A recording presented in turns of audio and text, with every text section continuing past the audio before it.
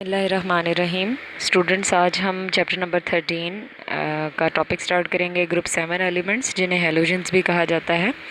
इसमें सबसे पहले हम इसके एटॉमिक और फिजिकल प्रॉपर्टीज़ को स्टडी करेंगे। ग्रुप 7 के एलिमेंट्स को हम हेलोजेंस इसलिए कहते हैं क्योंकि ये सॉल्ट फॉर्मिंग एलिमेंट्स होते हैं। हेलो का मतलब सॉल्ट्स होता है और जेंस का मतलब होता है जेनेसिस, यानी ऐसे एलिमेंट्स जो कि सॉल्ट बनाते हैं, इसलिए हम इनको हेलोजेंस कहते हैं।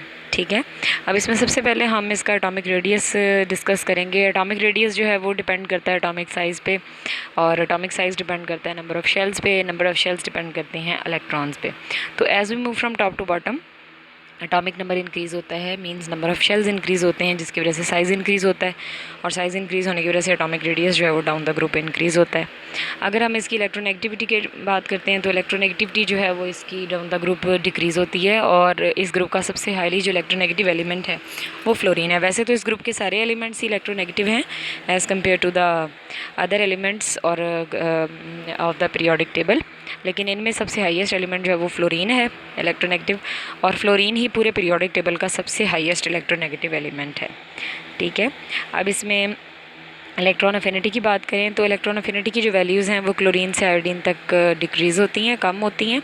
ठीक है, और नेक्स्ट जो है वो मेल्टिंग और बॉइलिंग पॉइंट्स की अगर बात की करें तो मेल्टिंग बॉइलिंग पॉइंट जो हैं वो फ्लोरीन से लेकर आयोडीन तक रेगुलरली इंक्रीज़ होते हैं। हमें इसको इसी जो है वो बात से हमें पता चल जाएगा अगर हम इनकी फ़िज़िकल स्टेट देखें।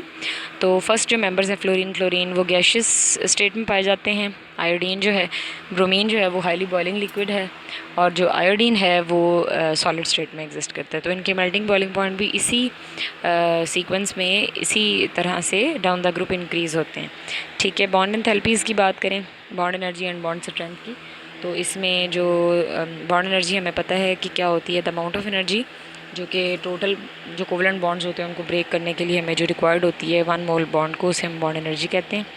ठीक है, अब इसमें आप देख सकते हैं कि आयोडीन की bond energy as we move from top to bottom, bond energy increase जो है वो क्या उसे कहते हैं, इंक्रीज़ होती है। लेकिन इसमें जो फ्लोरीन है उसकी बॉन्ड एनर्जी एज़ कम्पेयर जितनी कम होनी चाहिए उतनी होती नहीं है, उसकी बॉन्ड एनर्जी काफ़ी ज़्यादा होती है, क्योंकि फ्लोरीन जो है वो उसका साइज़ बहुत स्मॉलर है, और स्मॉलर साइज़ होने की वजह से एटम्स की जो आपस में होल्ड है वो ज़्यादा स्ट्रॉन्ग होता है, इसलिए F2 मॉलिक्यूल जो है उसकी जो है वो बॉन्ड एनर्जी ज़्यादा होती है।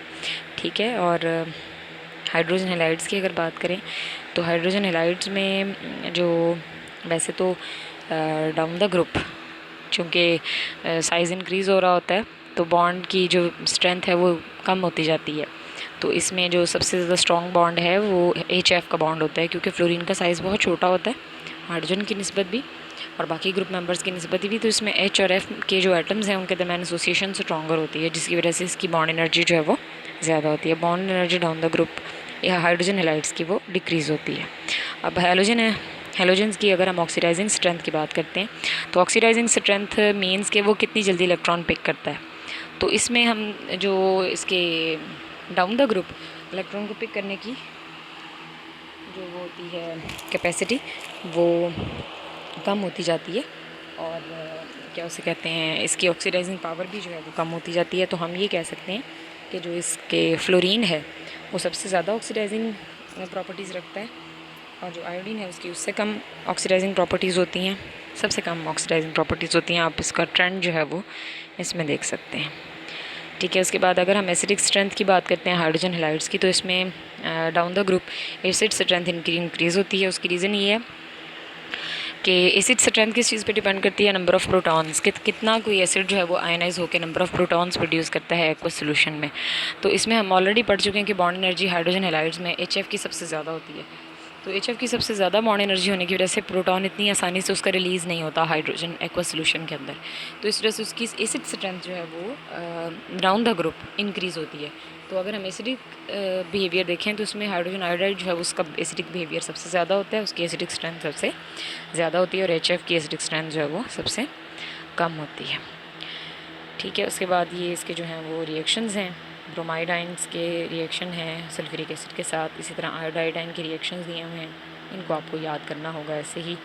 ठीक है, नेक्स्ट जो है वो इसका क्विक क्विज़ है, इंशाल्लाह ताला क्विक क्विज़ जो हैं they will be shared soon. Till then अल्लाह हाफिज़, टेक केयर।